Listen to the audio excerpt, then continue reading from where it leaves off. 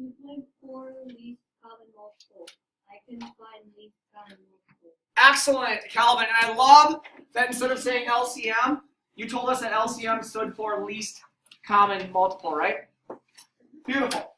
All right, guys. This is now on your cheat sheet poll. A multiple is what? Raise your hand. A multiple is what compared to any number I give you? A multiple is what compared to any number I give you? Anwar. A number that is equal to or bigger than a given number. It is either equal to the number I give you or it is Bigger. Nice job, Anwar. A multiple is also, on the count of 3, 1, 2, 3. Apply two numbers. So if I have 8 times 7, the multiple is 56. The 8 and the 7 are the Factors. least common multiple. Then would be the smallest number or the smallest multiple that 2 or more numbers have in common. And so let's move down to number 4.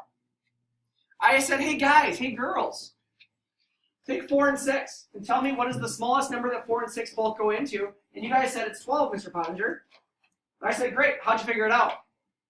And we said, well, Mr. Pottinger, we took 4 and 6 and we multiplied 4 by 1 and got 4, 4 by 2 and got 8, 4 by 3 and got 12, 4 by 4 and got 16, 4 by 5 and got 20. So we just started off with like the first 5 multiples of 4, right?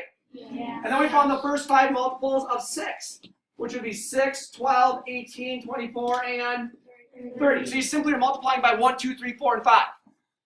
And then you crossed off 4, because 4 had nothing in common. You crossed off with 8, because 8 had nothing in common down here. And then you found 12. You're like, oh my God. Both 4 and 6 have 12 as a common.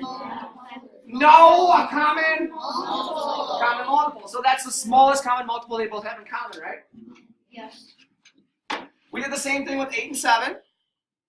Oh my God, look at this. We found 5. We found the first 5. We found the first 5, but we had nothing in common. Did you guys see that? Yeah. So we decided, well, let's find 3 more. And let's find 3 more. And once we did that, we found that 8 and 7 have 56 as the LCM. Got it? Yep. And then our sports heroes in here, Avery and Ashton, both are big home run hitters in softball and baseball. Avery hits a home run every 4 games. Ashton hits one every 5 games. Your job is to figure out how many days will pass before they both hit a home run again if they both hit one today. You guys are like, Mr. Potter, you just keep doing common multiples. Avery's going to hit one in 4 days, 8 days, 12 days, 16 days, and 20 days. Ashton's going to hit one in 5, 10, 15, 20, and 25. In 20 days, they're both going to homer again. Bingo. Question.